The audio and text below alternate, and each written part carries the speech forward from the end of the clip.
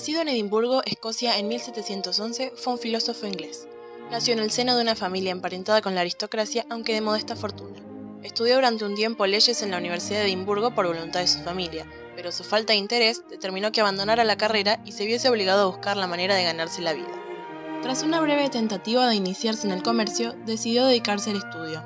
En 1734 marchó a Francia, donde pasó 3 años, la mayor parte de ellos en La Flèche. Trabajó como preceptor del marqués de Annandale y luego como secretario del general St. Clair, a quien acompañó en misión diplomática a Viena y Turín.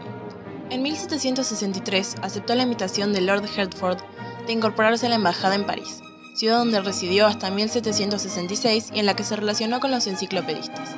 En 1769 regresó definitivamente a Edimburgo con el propósito de disfrutar de la fortuna que le habían proporcionado tanto sus cargos como, finalmente, sus obras. Se ha considerado a Hume como uno de los máximos representantes del llamado empirismo inglés. David Hume falleció en Edimburgo el 25 de agosto de 1776.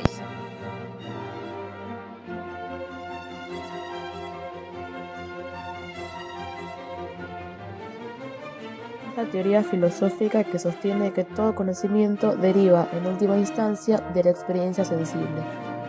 Esta es la única fuente de conocimiento y sin ella no se lograría saber ninguno. El espíritu no está dotado de ningún conocimiento originario. Esta teoría encuentra el ideal del conocimiento en las ciencias naturales o tácticas, en las ciencias de la observación, cuyos juicios son particulares y contingentes. Además, se propone negar la posibilidad de la metafísica y a limitar el conocimiento de los fenómenos. La corriente empirista se inicia con Bacon, quien establece el principio según el cual toda ciencia ha de fundarse en la experiencia. Es decir, que el único método científico consiste en la observación y la experimentación, y constituye, en consecuencia, una teoría de la inducción. El empirismo es el esfuerzo más grande que se conoce en la historia del pensamiento humano para reducir el pensamiento a pura vivencia. Lo que hace el empirismo inglés es desconectar entre sí los elementos sujeto-objeto y el pensamiento, tomar el elemento pensamiento y despojarlo de toda relación con los otros dos.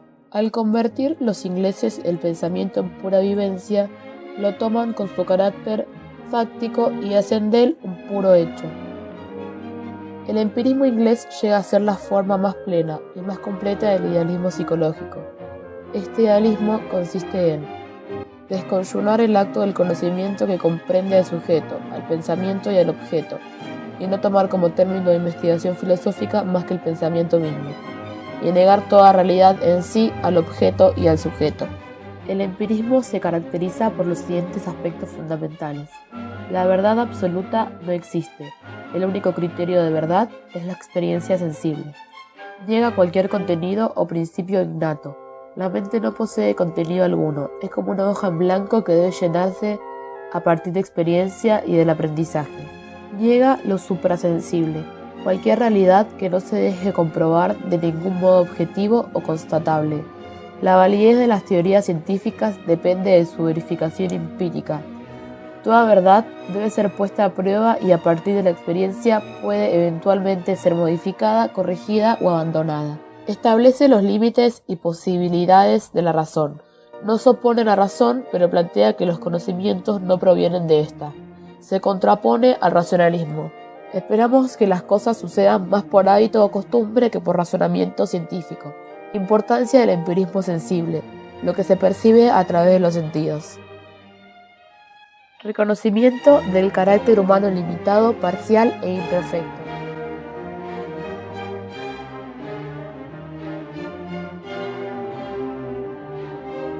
En 1734 se publicó Historia amable de mi vida, obra en la que escribe una carta a un médico pidiéndole consejo acerca de su mal y narra cómo en su adolescencia pareció abrirse un nuevo escenario de pensamientos ante él, introduciéndolo en la búsqueda de la sabiduría. Entre 1739 y 1740 se publicó el Tratado sobre la naturaleza humana. Esta obra pretende introducir el método experimental del razonamiento en las cuestiones morales y descubrir los principios que gobiernan nuestro juicio. La obra consta de 3 libros titulados respectivamente: del entendimiento, de las pasiones y de la moral. Se publicó además el resumen de esta obra, que si bien ha sido en ocasiones atribuido al economista y al filósofo escocés Adam Smith, en la actualidad se cree que fue un intento de Hume de popularizar su tratado. Al año siguiente se publicó Ensayos sobre la moral y la política, una colección de ensayos escritos imitando el estilo del escritor y político Joseph Addison. Trata una gran variedad de asuntos diferentes: juicio estético, la naturaleza del gobierno británico, el amor, el matrimonio, la poligamia y la demografía de las antiguas Grecia y Roma. Al reconocer la falta de éxito del Tratado de la Naturaleza Humana, Hume descubrió que este no se debía a la debilidad de sus ideas, sino a la inexperiencia con la que había sido redactada. Para remendar ese error de su juventud, en 1748 comenzó a reescribir la primera parte del Tratado de la Investigación sobre el Conocimiento Humano. Para 1751, Hume había realizado otra revisión titulada Investigación sobre los principios de la moral. La tesis fundamental del libro es una crítica a las ideas de Locke y de Hobbes.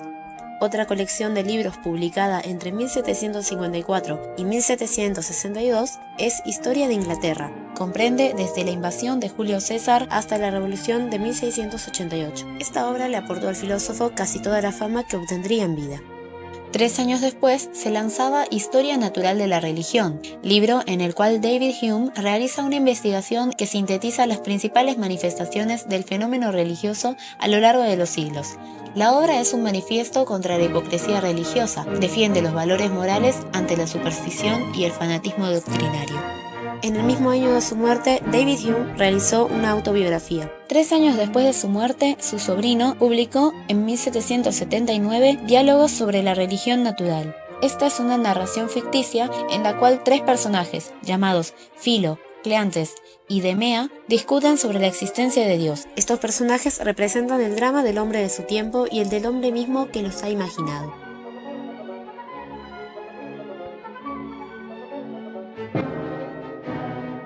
Hume recibió influencias de John Locke. Coincide con él al sostener que todas las percepciones se fundamentan y originan en la experiencia y criticar la existencia de ideas innatas.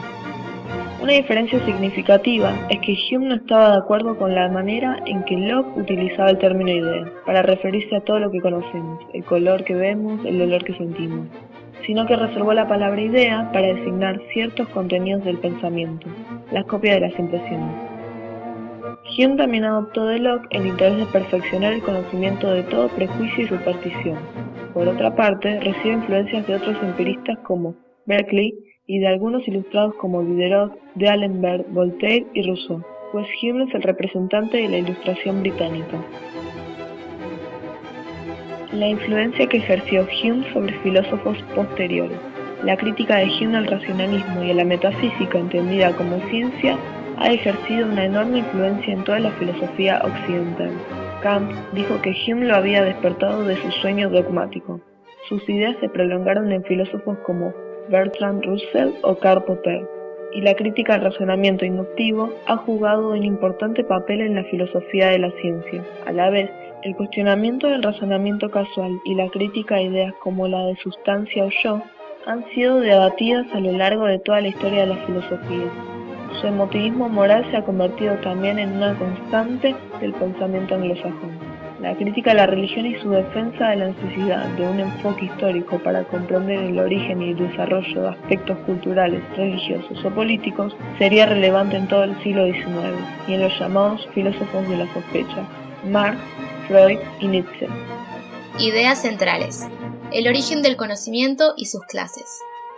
Hume analizó los hechos de la propia existencia, los que hoy se denominan hechos psíquicos y que él llamó percepciones del espíritu. Denominó impresiones a las percepciones que se reciben de modo directo, a los fenómenos psíquicos actuales. Estas impresiones se dividen en 2. Están las de sensación y las de reflexión.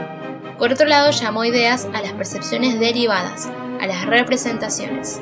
Todos nuestros conocimientos derivan directa o indirectamente de impresiones. El espíritu humano mezcla o compone, divide o une los materiales que las impresiones suministran. Y en esta actividad, el espíritu responde a las leyes de asociación de ideas. Asociación por semejanza, asociación por contigüidad en el tiempo y en el espacio, y asociación por causa y efecto. podemos hablar de dos tipos de conocimiento en Hume: el conocimiento de relaciones de ideas y el conocimiento de hechos. Los objetos de la razón pertenecientes a las relaciones de ideas son las ciencias de la geometría, el álgebra y aritmética, y en resumen, toda afirmación que sea intuitiva o demostrativamente cierta. El segundo tipo de objetos de la razón, las cuestiones de hechos, se razonan a través de la relación de causa y efecto. La crítica del principio de causalidad. Hume parte del hecho de que solo es verdadero el conocimiento que procede de las impresiones. Afirma que no tenemos impresiones de conocimiento futuros y defiende que nuestra certeza acerca de lo que sucederá en el futuro se basa solo en una inferencia causal mediante la cual suponemos que lo que hasta ahora hemos observado seguirá sucediendo en el futuro. Lo único cierto es que tenemos las impresiones de dos hechos contiguos que se han producido uno tras otro y pensamos que, como siempre ha sucedido así, necesariamente seguirá así en el futuro. La certeza de que estos hechos se repitan solo proviene del hábito. Esta creencia es necesaria y basta para vivir, ya que es una guía práctica en la vida cotidiana, pero no es un conocimiento científico. La crítica a este principio llevó a Hume a la crítica de los conceptos metafísicos tradicionales: substancia, realidad externa, Dios y el yo, basado fundamentalmente en el principio de causalidad. Según Hume, la metafísica es imposible. A la pregunta metafísica ¿quién existe?, contestaba: no existo ni yo, ni la extensión, ni Dios. Lo único que hay son vivencias, una serie de percepciones. La ética de Hume. Una ética es un conjunto de principios o normas a través de los cuales se juzga si una acción es buena o mala. Los griegos consideraban que el fundamento de los juicios morales se encontraba en la razón. Hume se opone a este pensamiento, pero afirma que tampoco puede tenerlo en los hechos. El hecho en sí no es un juicio. El juicio se hace en el interior de uno mismo, en el sentimiento. Entonces, su ética es de carácter emotivista, porque afirma que el fundamento de los juicios morales se encuentran en el sentimiento.